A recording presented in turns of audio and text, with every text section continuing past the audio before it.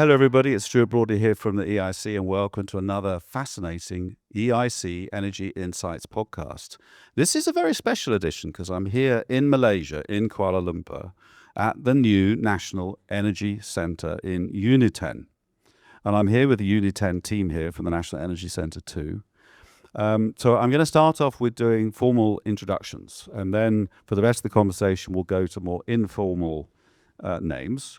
So we're very lucky here to firstly welcome the Vice-Chancellor, who is Professor IR Dr. Khairul Salleh bin Mohamed Sahari, Prof KS. Then we have Professor IR Dr. Vigna Kumaran Ramachandaramurthy. Dr. Vigna, and you are Deputy Vice-Chancellor for Research and Innovation.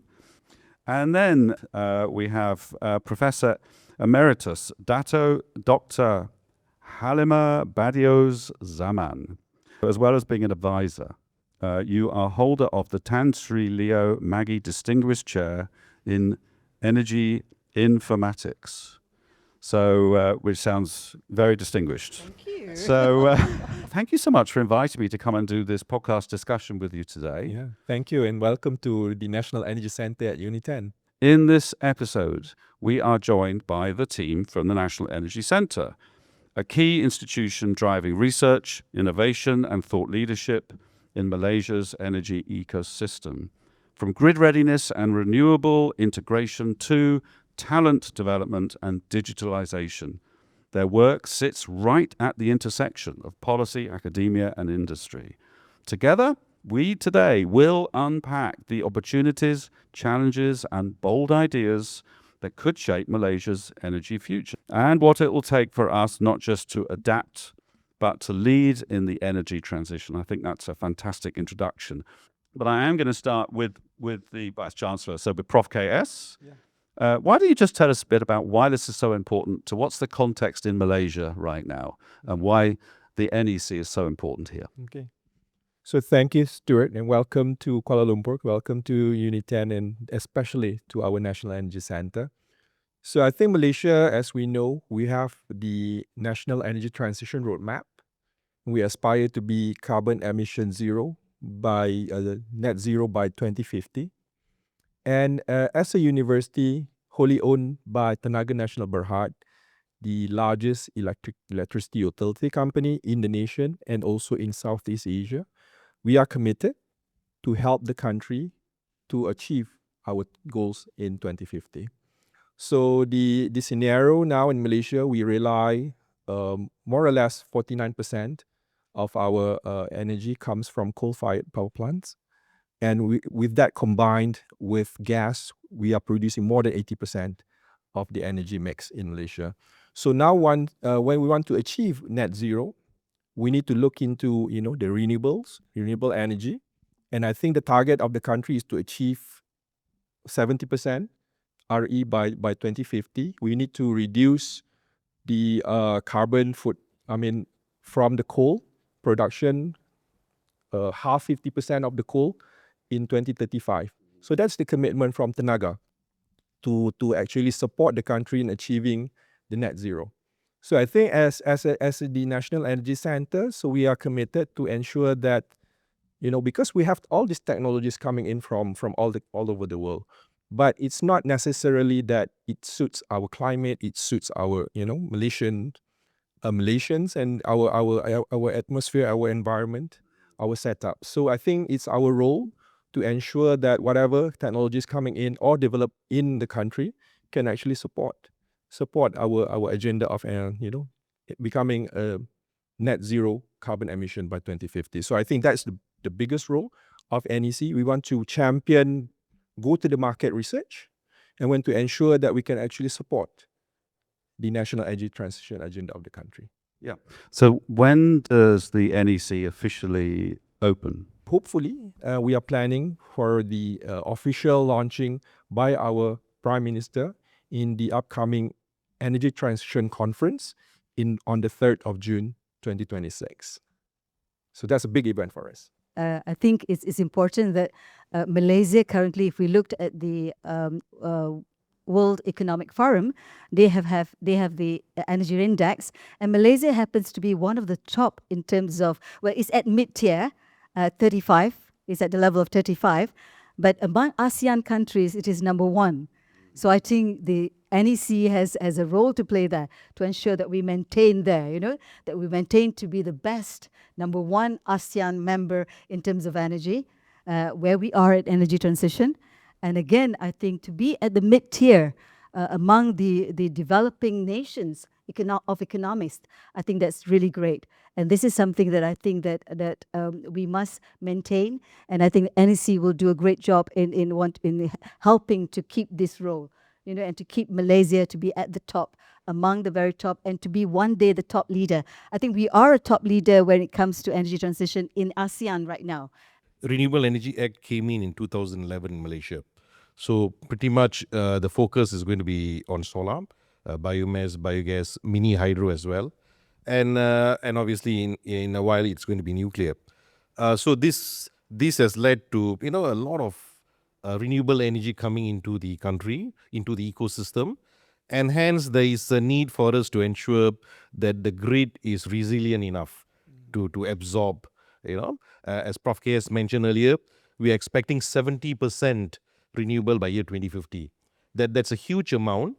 And together with that comes a lot of issues as well. And hence NEC's role is to ensure that we are ready at that time. So we are going to look at new technologies. We are also going to look into the relevant policy development to ensure that we move towards the energy transition agenda by year 2050. So that's going to be pretty much NEC's key role. What do you think is going to be the biggest structural shifts that either you will face or that you will drive in the next 5 to 10 years on this journey?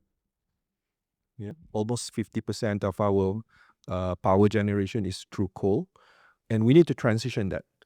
Yeah, I think, and with the data centers coming in, it's something that we are really looking at, very big industry coming in, and there is a need to at least beef up the capacity by another 5 gigawatt by 2030. So we need to have more power, power generation. Now we are looking at Malaysia, about 39 gigawatt of power generation capacity.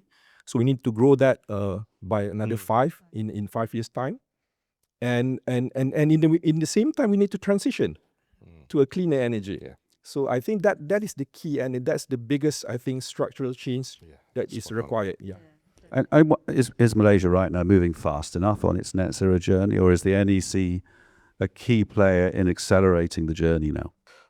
Probably what we did not see maybe back in year 2011 are the data centers coming in. Exactly. Which is at the moment, it's going to be half of the total national load. Exactly. Okay, so on one side, we are sort of replacing coal with renewable. We are in that journey. And on the other side, we have got a huge amount of load which is also coming in. So, there's going to be a very interesting case that we anticipate now. I guess that's basically the big shift. So things change, don't they? And of Things course, change. now energy sovereignty is another priority. Prof. Vigna, I'm going to come to you then with this research role, of course. At the end of the day, it's a key work within UNITEN who have research. So moving from research to reality, though, and this idea of bridging the gap, what does that mean for you? The day you finish your PhD, you throw away your research. I don't know. I've not done a PhD. So basically, it's forgotten. I guess that's where I think we need to think about a way to ensure that it solves the community problem. It should not stop halfway. This is where NEC is going to play a big role. Because in this building, we are going to have sandboxing, we are going to have pilots, we are going to incubate the research from the PhD level, or we are even going to have an open lab where any individual inventors can come and start inventing, and we will basically hold their hand and take it to the market. So I guess that is the strength of the National Energy Center. We are not going to stop halfway. Yeah. We are going to take it to the industry. And the beauty of this building, with the support of course, Tenaga Nasional and our industry partners, we probably already have a taker for this technology as well. I guess that's the strength of NEC. Yeah? When we say one-stop center, which means that we're hoping that research will not just stay in the lab. Yeah? Eventually, we want it to be out there. We want it eventually to be commercialized. And although we know that it's not going to be that simple, and that's the reason why we want the industry to be there. You know, that's why we want to bring, we know that whatever it is, it has to be industry-driven, so that we can actually make sure that whatever that is researched here in NEC, it will be out there and be used by the communities. So at this the is a end- this is a yes. home for collaboration, bringing together Exactly. policymakers, industry, academia. In fact, I want to from tell you, we're going to sign an MOU, I think, very soon. This is very real. We are going to look at a real problem. We're going to look at how we're going to make distributed resource, energy resource management system, DERMS. We're going to make sure that it's going to start with sandboxes. We want to make sure that it's going to be two layers of sandboxes, which means the technical sandboxes as well as the policy, regulatory aspects, so that the standards are maintained. We want to make sure that whatever we build, whatever we create, is of an international standards. The codes are of international standards, and that we follow international standards in whatever that we do. But So, this is yes. about thought leadership as well, isn't Yes, it? we will spearhead research in energy transition. We will be the one that will be really spearheading and making sure that we do it facing the real problems at the country. This particular one that we're going to sign an MOU soon is really very much what the country needs, and it's related to smart cities. 75% of the occupancy of this building are going to industry. 75%, and some big names are coming. Maybe it's not appropriate to say now, but it's a place where the industry is going to be in with the researchers, and we are going to have international collaboration with some top universities in the world. Right. So They this are is also not, going to not be- just Malaysian No, companies. no, no. It's and it's from your hometown. Yes. Aberdeen. No, UK. It's from UK. Okay. I think everyone will want to come here. So, and by the way, for those of you that have not been here yet, it's an incredible facility. When you walk up, it's an imposing. Yeah. There's a big investment here, a big ambition here. It is. It is. And this shows the commitment of Tenaga Nasional Berhad together with UNITEN for us to really spearhead, because we are the energy university. So we want to walk the talk. So I think that's the part of the commitment that we are showing to the nation and to the world. Do you have one example right now that you can share of a breakthrough that is going to be worked on, already being worked on here? Rero. It's a rack in and rack out. It is basically used in electrical substation, and it's to basically turn on and turn off the switch gear. Traditionally, when we send our chargemen in to do this kind of work, there's a high potential for flashover, which leads to death. So UNITEN has actually invented this particular equipment, which can sort of autonomously does the on and off of the breaker itself. That is something which the electrical industry needs. Well, not only the electrical industry, I guess the whole world needs it. So that's a typical example of industry-centric problem solution which was created in UNITEN. And we have got many of such inventions here. So you're not, dedicated on certain deep models. So you're looking at the entire ecosystem of, circuit breakers in the country, and it's actually, can be adapt and adopted to any design. So that's the beauty of this invention. Let's carry on with the grid storage and system readiness topic, because obviously renewable as a technology is an important part of the NETA journey here. When you look at solar, it doesn't have the inertia like the synchronous generator. So the first problem that we will have in the grid level is going to be the inertia in the system, which contributes to the stability. The second problem is we are going to have voltage fluctuations all over the place. The third one is a very interesting case where towards the late evenings, when you have got too much of solar in the system, and in the late evenings when you start losing the power because the sun is going down, you're going to have a situation where somebody has to generate that power from a different source. And this is where we are looking at generators to come in to provide that support. And realistically, when solar is about 70% of the national RE, we are going to have a massive problem in terms of providing that support. And this is where energy storage is going to play that major role in support. And if to add to that, we are already looking into 400 megawatts hour of battery in the grid in Malaysia at the moment, because we have already identified these issues in the grid. And so now we are looking into a typical solution to address those issues.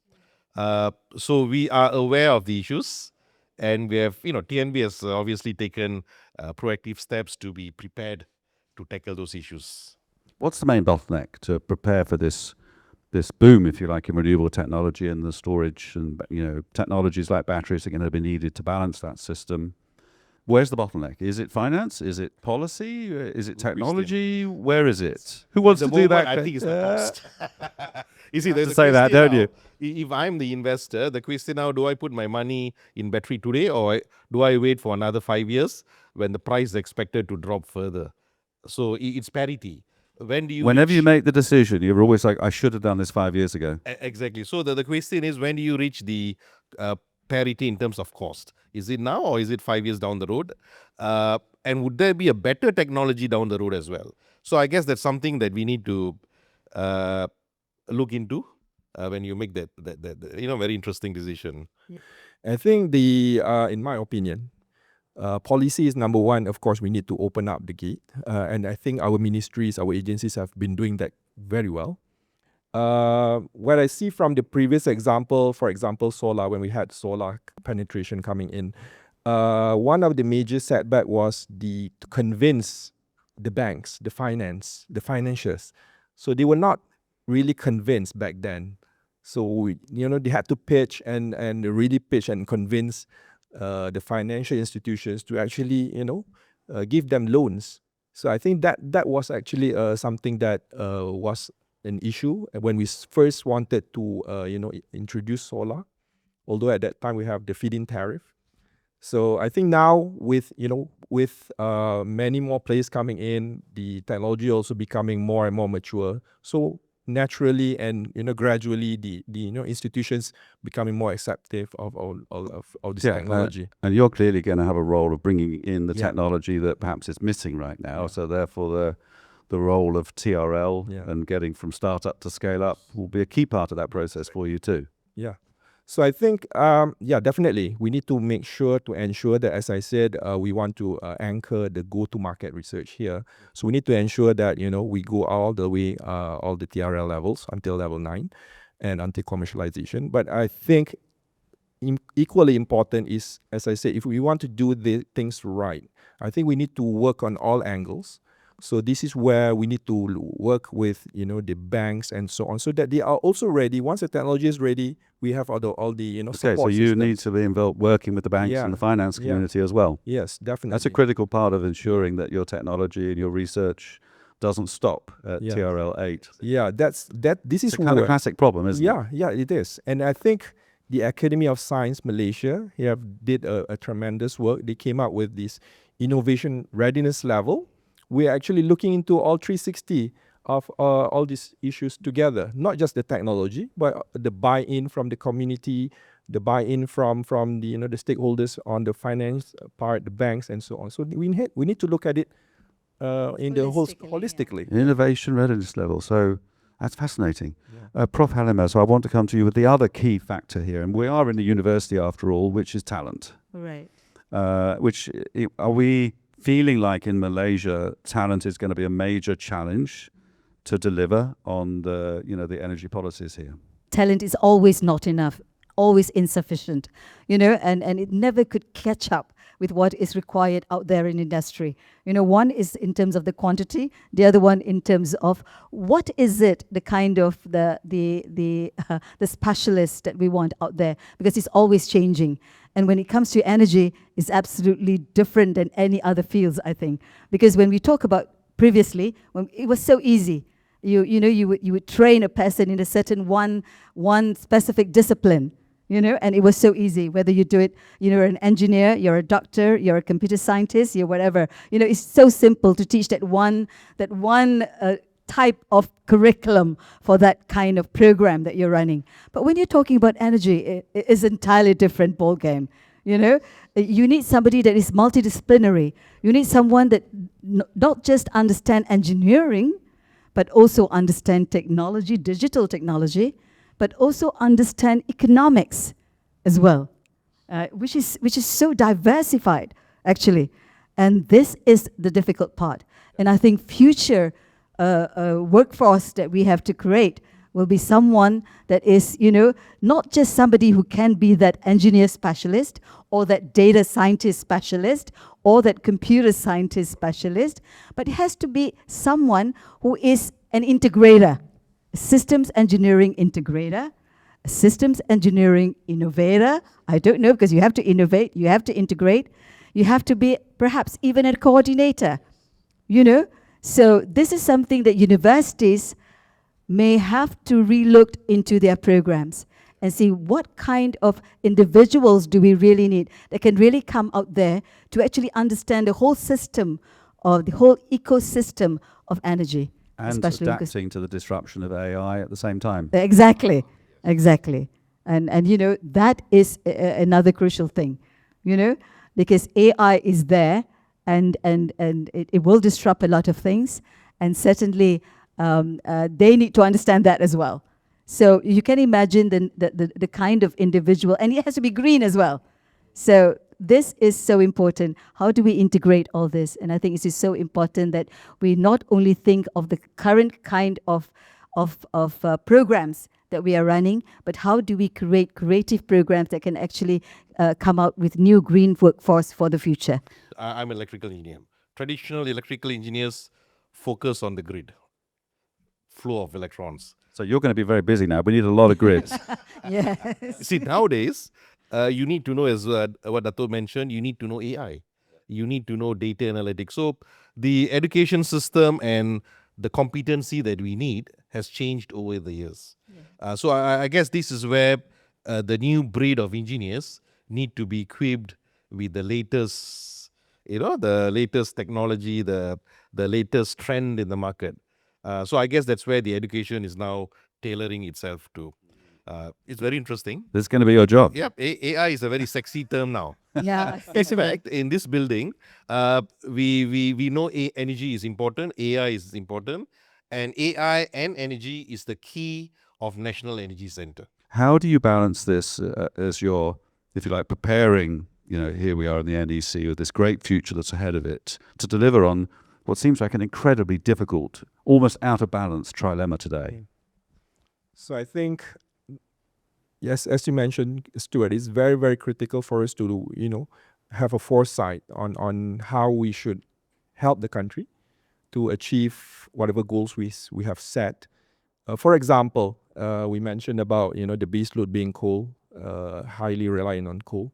We may want to, as Prof. Vigna mentioned, that solar has its advantages, but of course its intermittency, and also on the energy storage, you need to have that as a couple. So I think we are also looking at, exploring, as mentioned in the current Malaysian plan, 13th Malaysian plan, we have the options of nuclear to come into the picture as well. So as a part of the, a university, we need to prepare the country in terms of the talent development. So I think when we come to, new technologies, we need to nurture our talents. So we need to have new programs. For example, in UNITEN, we are going to start with nuclear programs as this year and also next year. So this is our commitment to help the country, to help the industry to be prepared. If one day we want to have a nuclear power plant operating in Malaysia, we have the talents. We have the talents to operate and be able to manage all these new technologies. This is capacity and capability, sort of planning, creation, and building. Yeah. Yes. Yeah, and it's a little bit of a competition, I guess, because many countries around the world face the same trilemma, and they're all now trying to get the people and the technology and the finance. And this is another critical role here, isn't it? Is to compete on a world stage to get the best people and to get the money, to get the right partners here. Yeah, of course. Once the government has committed to look into nuclear as an option, for example, so there is now a task force being set up to look into all this planning. This is now on the planning stage. And we sincerely hope that it's a go. For example, because it's so attractive to have nuclear in the energy mix. So it will be able to address a lot of things that we want to address, especially when we want to have this net zero by 2050. But of course, it comes with challenges. We need to convince the people that it is safe.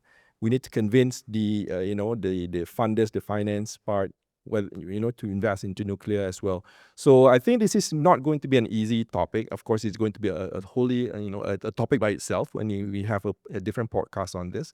But I think on our side, on Tenaga Nasional Berhad and UNITEN, we are committed to help support the country in preparing ourselves for nuclear, whatever it takes. Yeah. If you look at what is happening in a particular part of the world, it tells us we cannot rely on a particular type of fuel. Okay, and this is where I guess we need to diversify the fuel source, and nuclear becomes another option for us. And in NEC as well, we have what you call the Institute of Nuclear Engineering, and they are looking into nuclear technologies. That's another research that will take place in this building as well. And at the moment, they are looking into nuclear batteries. So we are already putting our first foot forward in this area. You are going to be so busy. And I have a feeling you're going to love it. We've got people who've come to visit NEC from France, from Russia and China to look into, working with us in terms of nuclear. And the So I UK. think- and the UK. Yes, of course. And I just wanted to Yes. say to, again, people listening in, one of the key areas of purpose for the NEC is industrialization and internationalization. Exactly. This is a critical role. It's not just for Malaysia and by Malaysia, is it? You're creating something here which is going to inspire what Malaysians will see in the future, but also the world. Certainly. I think definitely. No pressure. That sounds like No, quite no, a lot of yeah. big. Yeah, It's yeah. a big target, right? It is a big target, a big ambition, but I think that is something that we really thought of from the very beginning. When we set up, when we set up the National Energy Centre, we were very clear about that industrialization becomes very, very important, and this is something that we want to bring forward, and of course, internationalization comes together with it, and is something that we really want NEC to be. Yeah. Have you got certain countries that you're collaborating with actively and even learning from? Because I guess that's one of the things we would say in Europe. As I travel from, perhaps you would say, the energy hub of Europe from Aberdeen, my home. Now I come to perhaps the energy hub of ASEAN. What I would say we've learned in Europe is we can't do it as one country. To achieve this trilemma, I think so. it's about it's regional collaboration. We would love global collaboration. We know that's very hard right now. So at least regional collaboration. You see Exactly. this? Recently, there is a white paper. I just want to show you, this is what happened recently, January 2026. ASEAN, together with the Malaysia Center for Fourth Industrial Revolution, in collaboration with Accenture, came up with this white paper. If I can just read out the name of the white paper, I think you can get hold of it. I think it's out there for everyone. It's entitled Industrial Transformation in ASEAN, a cluster-driven model for regional and global collaboration. We're talking about industrialization, we're talking about internationalization, how important regional and global collaboration is. And certainly this is what it is, actually. To ensure that there is collaboration within the clusters of industries, so that there is alignment between energy transition and, of course, industrial transformation. It is so important within this, and this is not just for ASEAN, although this white paper is specifically for ASEAN, but I think it's globally, this model is being used globally for European countries as well, and also for the rest of the world. Southeast Asia, we have ASEAN. So now we are working on the ASEAN Power Grid. So this is where also Malaysia is also proactively championing the initiatives. We want to actually have the interconnectivity of the grid throughout ASEAN. So that enables us to tap into more or less 7 gigawatt of renewables. Right. So that is something that is also attractive for us to work collectively, 11 countries working together. And I guess we can actually, or it's a win-win thing for everyone. So I think this is also very, very important and significant for the region. And as you said, we cannot be working in silo, definitely. It's funny, the temptation is to feel like national policy first, but actually Mm-hmm. the only real way to see success is to work more regionally. What's the competitive advantage in Malaysia today as part of this broader ecosystem? If you look at one of the reason is the stability of the government. That's one. Number two, the energy cost is pretty low as compared to other parts of the world, and the facilities, the infrastructure, and the talent that we have in Malaysia are of world standard. And I guess this is what attracts the industry to come over. If I can just extend the discussion, the quality of supply, electrical supply in Malaysia is one of the best in the world. And that attracts a lot of manufacturing firms to come to Malaysia as well. So I guess this is where Malaysia is very competitive. We have the talent, we have the technology, and we have the utilities that provides world-class support for industries. Ambassadors, high commissioners coming into Malaysia, they are mentioning that we don't have blackouts here in Malaysia. So our stability in terms of power supply is there. So I think that's one attraction. The other thing is we are geographically also well positioned within, we are like in the central of ASEAN. So everything is, we are like the heart of ASEAN. So I think naturally the geographical location also plays a very vital role as well. You clearly are very passionate about this. I call it a project, but it's not a project. It's an incredible building here and now going to be an incredible place for inspiration here in Malaysia and around the world. What would you say to investors now who are thinking about coming in here to support the projects here? Oh, I certainly would say that it is the right place to come. I think Dr. Prof. Vigna has mentioned so clearly just now the importance of the fact that we have the right kind of people, the talents. We have the facilities, we have the infrastructure, and certainly we have the policies in place. I think that's so important, and we have all the frameworks that is possibly, required within energy transition for that matter. I think this must be one of the countries that have one of the best in terms of planning when it comes to energy transition. Certainly the best in ASEAN, I would say, and it doesn't even differ from the rest of the developed economies, I think, in that sense. So I think, yes, I would say to them, come to us. We are ready and we would really like to work with them. Yeah, and collaborate with them. And certainly, we think they would certainly benefit from coming to us, to NEC, to the country and to NEC. Half of the national load is going to be data centers. Half of the national load. So basically, what they need would be the cooling factor, electricity, and talent, as always, Yes. and policy too. There's a big celebration here in 2027. Yes. We are celebrating our 30th anniversary next year, UNITEN, as a university. So we are really excited, of course, with NEC. As we mentioned earlier, we want to really spearhead the go-to-market research, be able to contribute to the company and the industry and the country and the society, definitely. And what do you hope when you look forward, say, to 2030? What do you think will have been achieved, or what will be the sort of the status of NEC then? Yeah, okay. We hope that by 2030, definitely, it's a self-sustaining center. So we need to ensure that the revenue is higher than the cost, operational cost. That's number one, I think, to make this center sustainable. Because based on the literature, we see that majority of the energy centers around the world, they're still highly reliant on government funding.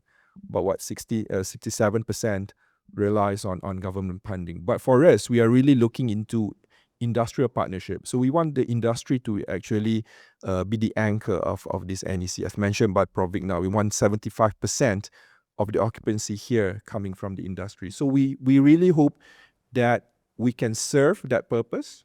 We can provide that service for the industries to come in, for us to actually help and assist the industry to serve the industry. And at the end of the day, it's a win-win situation for everyone. Prof. Vigna, if I were to say what's one bold move that you hope Malaysia will make, of which NEC is central to? I would like to see NEC as the technology developer rather than a technology user. So we want to develop the technology here and export it to the world. I guess that would be the icing on the cake. So a magnet for energy, technology development and research all around the world that they come here. Yes. Okay, that's very clear. And I know you're a believer in, and you said to me as we were preparing for this actually, we need to be constantly inspired. Why do you believe in that so much? I think it is so important that because when you're doing something, research is never easy. And research is not something that you can get results within a year or two. Sometimes it takes a longer time. I think we've looked at history. We've looked at real breakthroughs. Real breakthroughs always take some time, and it takes a long time. And researchers need to be motivated. And I always find myself, something that I need to get inspired by all the time, in order that I can do whatever that I want to do to achieve. I think it is so important that we have to be inspired. And all of us are inspired by something within our lives in order that we can move forward and stay and sustain. I think the most important thing is to be able to sustain. NEC needs to sustain. NEC needs to be inspired, certainly.